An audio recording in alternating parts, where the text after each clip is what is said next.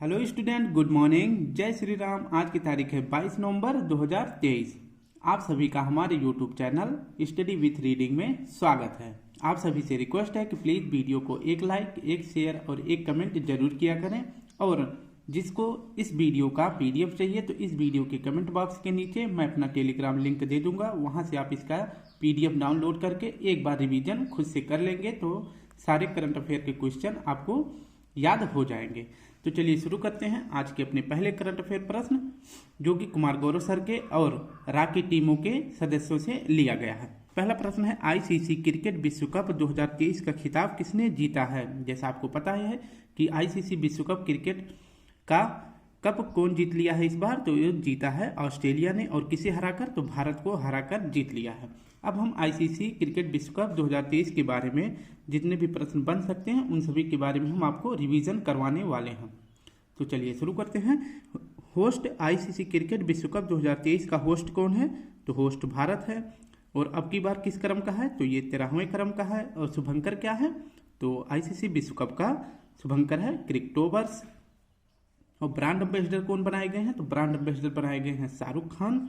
और वैश्विक राजपूत कौन बने हैं, तो वैश्विक राजदूत बने हैं सचिन तेंदुलकर जी। और थीम सॉन्ग क्या है, तो थीम सॉन्ग है दिल जश्न बोले। और अब की बार आईसीसी वर्ल्ड कप में कितनी टीमों ने भाग लिया था, तो 10 टीमों ने इसमें भाग लिया था। अब देखते हैं कि 2023 का जो पहला मैच और फाइनल वाला मैच, ये दोनों मैच किस स्टेडियम में हुए थे, तो ये दोनों मैच हुए थे अहमदाबाद में। और किस स्टेडियम में, तो नरेंद्र मोदी स्टेडियम में दोनों मैच खेला गया था। यानी पहला मैच और आखिरी मैच दोनों जो है नरेंद्र मोदी स्टेडियम में खेला गया था, जो अहमदाबाद गुजरात में बना है।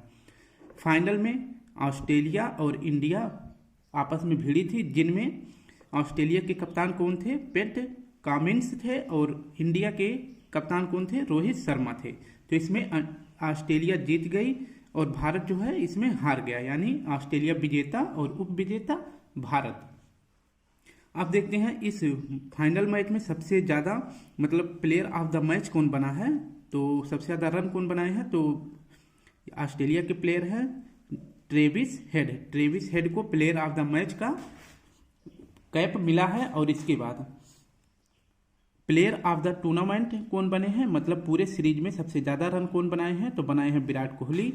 और टूर्नामेंट में सबसे ज़्यादा विकेट कौन लिए हैं, तो ये भी भारतीय गेंदबाज मोहम्मद शमी जी ने सबसे ज़्यादा कितने विकेट लिए हैं, तो 24 विकेट लिए हैं।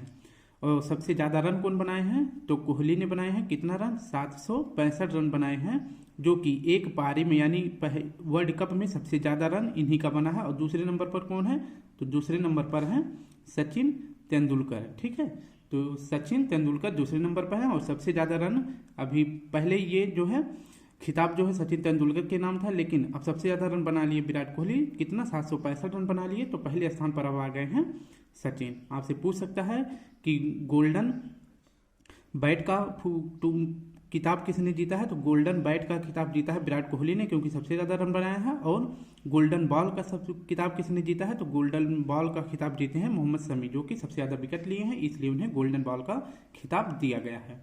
अब आगे देखते हैं, विराट कोहली के बारे में थोड़ा सा प्रश्न पढ़ लेते हैं। वैसे मैं आज इसी पर जो है एक वीडियो अलग से लेकर आऊँगा और सब जिससे जितना भी प्रश्न बन सकता है सब एक ही वीडियो में क्लियर कर देंगे। 10 मिनट की वीडियो रहेगी, आप उसको जरूर देखना। तो विराट कोहली जो है अब तक जो है कितने शतक लगा दिए हैं, तो 50 शतक लगा दिए हैं। और कितनी पारियों में, तो इन्होंने 279 पारी में जो है 50 शतक बना दिए हैं। और वहीं जो है 16 मार्च 2012 को 49वां शतक बनाया था किसने, सचिन तेंदुलकर ने। तो सचिन तेंदुलकर का रिकॉर्ड जो है किसने तोड़ दिया, विराट कोहली ने। विराट कोहली ने 50 शतक बना लिए और कितनी पारी में, तो 279 पारी में। और सचिन तेंदुलकर ने 49 शतक कितने पारियों में बनाए थे, तो ये बनाए थे 452 पारियों में इन्होंने 49 शतक बनाए हैं। और जो है विराट कोहली ने किस स्टेडियम में जो है सचिन का मतलब रिकॉर्ड तोड़ दिया, तो ये मैच खेला गया था, स्टेडियम था वानखेड़े स्टेडियम, जो कि मुंबई में है। यानी कि आप कह सकते हैं सचिन के जो घरेलू स्टेडियम है उसी में जो है विराट कोहली ने अपना 50वां शतक बनाया था। और किस टीम के खिलाफ बनाया था, तो यह बनाए थे न्यूजीलैंड के खिलाफ। न्यूजीलैंड के खिलाफ इन्होंने अपना 50वां शतक पूरा किया, जो कि इस धरती पर सबसे ज़्यादा शतक लगाने वाले खिलाड़ी बन गए हैं विराट कोहली। नेक्स्ट है कि अंतर्राष्ट्रीय क्रिकेट में टाइम आउट होने वाला पहला खिलाड़ी कौन है। तो अंतर्राष्ट्रीय क्रिकेट में टाइम आउट होने वाला पहला खिलाड़ी बने हैं एंजेलो मैथ्यूज, और ये किस देश के हैं, तो ये हैं श्रीलंका के। इसको भी आप याद रखेंगे, ये किस देश के हैं, तो ये श्रीलंका के हैं। नेक्स्ट प्रश्न है, आईसीसी ने श्रीलंका के क्रिकेट बोर्ड को बर्खास्त कर दिया है, यानी निलंबित कर दिया है। आईसीसी ने श्रीलंका का जो क्रिकेट बोर्ड है उसे निलंबित कर दिया है, ये भी साथ में आप याद रखेंगे। टाइम आउट होने वाला पहला खिलाड़ी विश्व का कौन बन गया है क्रिकेट में, जो बन गए हैं एंजेलो मैथ्यूज। किस देश के हैं, ये श्रीलंका के हैं, और आईसीसी ने ही श्रीलंका के क्रिकेट बोर्ड को बर्खास्त भी कर दिया है। दोनों आप याद रखेंगे। नेक्स्ट प्रश्न देख लेते हैं। प्रश्न दूसरा है, इंदिरा गांधी शांति पुरस्कार 2022 किसे मिला है। इंदिरा गांधी शांति पुरस्कार तो यह दिया गया है इंडियन मेडिकल एसोसिएशन को, ऑप्शन ए, और इसके बाद भारतीय प्रशिक्षित नर्स एसोसिएशन। इन दोनों संस्थाओं को जो है इंदिरा गांधी शांति पुरस्कार 2022 के लिए दिया गया है। आप इसको याद रखेंगे, आपका ऑप्शन सही हो जाएगा ऑप्शन डी। यह क्यों दिया गया है, क्योंकि कोविड के टाइम पर जो है इन्होंने एक योद्धाओं की तरह जो है अपने कार्य का निर्वहन किया था, तो इसलिए जो है इन्हें अब की 2023 में दिया गया, लेकिन 22वें का मतलब 2022 का था, लेकिन दिया कब गया, 23 में। तो इंडियन मेडिकल एसोसिएशन और भारतीय प्रशिक्षित नर्स एसोसिएशन को जो है इंदिरा गांधी शांति पुरस्कार 2022 प्रदान किया गया था। इंदिरा गांधी शांति पुरस्कार की शुरुआत कब की गई थी, तो इसकी शुरुआत की गई थी 1986 में। इसमें जो है कितना पैसा दिया जाता है, तो इसमें दिया जाता है 25 लाख रुपए इनाम के तौर पर इसमें दिया जाता है। और अगर पूछे कि जो है गांधी शांति पुरस्कार किसे दिया गया है, वो इंदिरा गांधी था, और ये गांधी शांति पुरस्कार है। तो इंदिरा गांधी पुरस्कार आपने देखा कि जो है 2 संगठनों को दिया गया है, और गांधी शांति पुरस्कार किसे दिया गया है, तो यह दिया गया है गीता प्रेस गोरखपुर को दिया गया है, इसे आप याद रखेंगे। नेक्स्ट प्रश्न देख लेते हैं। प्रश्न 3 है, हाल ही में भारत यूएसए का वज्र प्रहार संयुक्त अभ्यास कहाँ प्रारंभ हुआ है। तो यह खेला गया है, मतलब इसका आयोजन किया गया है मेघालय में। ठीक, अब इसकी व्याख्या देखते हैं। वज्र प्रहार जो यह संयुक्त अभ्यास है, यह किस देशों के बीच होता है, किन देशों के, तो इंडिया और यूएसए के बीच में इसका आयोजन किया गया है। अब की बार इसका आयोजन कहाँ किया गया है, तो उमरोई में किया गया है, जो कि कहाँ है, मेघालय में। इसका शुरुआत कब किया गया था, वज्र प्रहार की शुरुआत की गई थी 2010 में, और इस बार जो है किस क्रम का है, तो ये 14वें क्रम का है। अब आप पूछेंगे तो 10 में शुरू हुआ था, तो अब की बार 14वां क्रम हो जाएगा। ठीक है, अब देखते हैं कि मेघालय की जो राजधानी है शिलांग, आप इसको देख सकते हैं। मेघालय की जो राजधानी शिलांग है, इसमें जो है 2 संगठन का मुख्यालय है। कौन कौन से, तो असम राइफल का मुख्यालय कहाँ, हेडक्वार्टर कहाँ है, ये भी शिलांग में है, और नॉर्थ ईस्ट काउंसिल का हेडक्वार्टर कहाँ है, यह भी शिलांग में है। और एक फेस्टिवल मनाया जाता है शिलांग में, जिसका क्या नाम है, cherry blossom festival. Cherry blossom festival कहाँ मनाया जाता है, यह भी शिलांग मेघालय में मनाया जाता है। नेक्स्ट देख लेते हैं, वज्र प्रहार इंडिया यूएसए के बीच में, ये इसका आयोजन अभी हाल ही में किया गया, और तीन अभ्यास हैं जो कि इंडिया और अमेरिका के बीच में किया जाता है। इसका आयोजन इंडिया और यूएसए के बीच में इन 3 अभ्यासों का आयोजन किया जाता है। तो 3 इसे याद रखेंगे, कोप इंडिया, तर्कस अभ्यास और युद्ध अभ्यास, और इसके बाद एक चौथा वज्र प्रहार। तो ये 4 अभ्यास आप याद रखेंगे जो कि इंडिया और अमेरिका के बीच में होता है। मित्र शक्ति, ये भी अभी हाल ही में इसका आयोजन किया गया था। मित्र शक्ति अभ्यास किसके बीच होता है, तो यह इंडिया और श्रीलंका के बीच में होता है। और अब की बार मित्र शक्ति का आयोजन कहाँ किया गया, तो पुणे महाराष्ट्र में किया गया है, इसको भी आप साथ याद रखना। प्रश्न चौथा है, 72वीं मिस यूनिवर्स 2023 का खिताब किसने जीता है, तो आपका सही जवाब हो जाएगा ऑप्शन सी, सेनिस प्लासियोस। सेनिस प्लासियोस ने 72वीं मिस यूनिवर्स का खिताब जीत लिया है। अब सेनिस प्लासियोस का संबंध किस देश से है, तो ये है निकारागुआ देश की। निकारागुआ देश किस महाद्वीप में है, तो ये है, एक सेकेंड, तो यह है नॉर्थ अमेरिका में। नॉर्थ अमेरिका में जो है निकारागुआ देश स्थित है। यहीं की जो है सेनिस प्लासियोस को 72वीं मिस यूनिवर्स का खिताब दिया गया है। दो और याद रखेंगे, 71वां मतलब 70 के पहले वाला किसे मिला है, 71वें क्रम का मिला है आर बोनी गैब्रियल को। इनका संबंध किस देश से है, तो ये यूएस से, अमेरिका की है। और एक और याद रखेंगे 17वीं, तो 17वीं मिली है किसे, हरनाज संधू को। ये कहाँ की है, तो ये चंडीगढ़ भारत की है। इसे भी आप साथ में याद रखेंगे। अब तक जो है तीन भारतीय को मिस यूनिवर्स का खिताब दिया गया है। पहला मिला था सुष्मिता सेन को, पहली बार सुष्मिता सेन को दिया गया था, और कब मिला था, 1994 ईस्वी को। और दूसरा मिला था लारा दत्ता को, और तीसरा मिला है हरनाज संधू को, जो कि 17वें क्रम का इन्हें दिया गया है। तो याद रखेंगे 72वें क्रम का किसे दिया गया, तो सेनिस पलासियोस को, जो कि किस देश की है, निकारागुआ देश की, जो कि नॉर्थ अमेरिका में स्थित देश है। अब अपना 5वां प्रश्न देखते हैं, और आज के आखिरी प्रश्न है, हाल ही में जीआई टैग प्राप्त सी बकथॉर्न का संबंध किससे है। तो जीआई टैग प्राप्त सी बकथॉर्न एक खट्टा फल होता है। तो यह फल किस राज्य का है, तो यह है लद्दाख का। सी बकथॉर्न को जीआई टैग दिया गया है, जो कि किस राज्य का है, यह लद्दाख का है। अब इसके बारे में एक्सप्लेनेशन देखते हैं। सी बकथॉर्न, इसे जो है लेह बेरी भी कहते हैं। इसे सी बकथॉर्न को भी जो है जीआई टैग दिया गया है, और यह लद्दाख का है, इसे जीआई टैग दिया गया है। और जीआई टैग कौन देता है, कौन सा मंत्रालय, तो यह देता है वाणिज्य उद्योग मंत्रालय।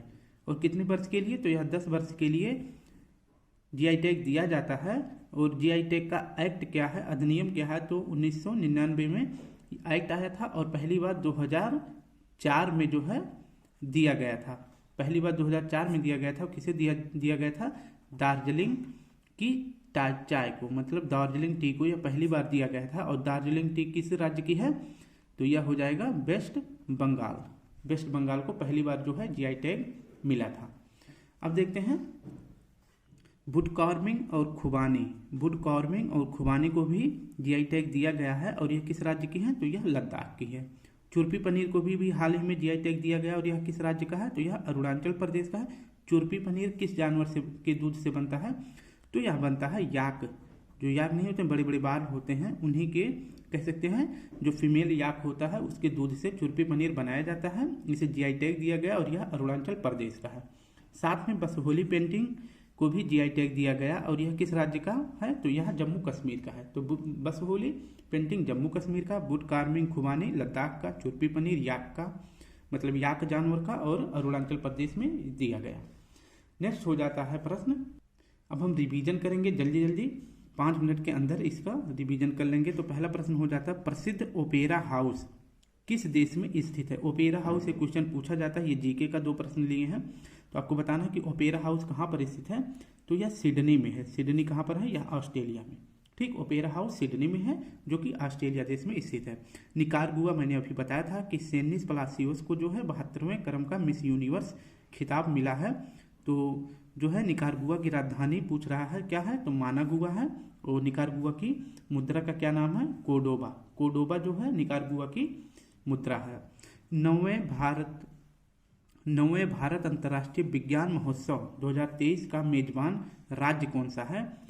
तो भारत अंतर्राष्ट्रीय विज्ञान महोत्सव 2023 का आयोजक मतलब मेजबान देश को राज्य कौन सा है, तो यह हरियाणा है। और हरियाणा के किस जिले में जो है इसका आयोजन किया गया राष्ट्रीय विज्ञान महोत्सव का, तो फरीदाबाद में किया गया। यही फरीदाबाद में जो है सूरजकुंड शिल्प मेला का भी आयोजन किया जाता है। सूरजकुंड शिल्प मेला का आयोजन भी फरीदाबाद में किया जाता है। और अब की बार 9वें क्रम का भारत अंतर्राष्ट्रीय विज्ञान महोत्सव भी फरीदाबाद में आयोजन किया गया।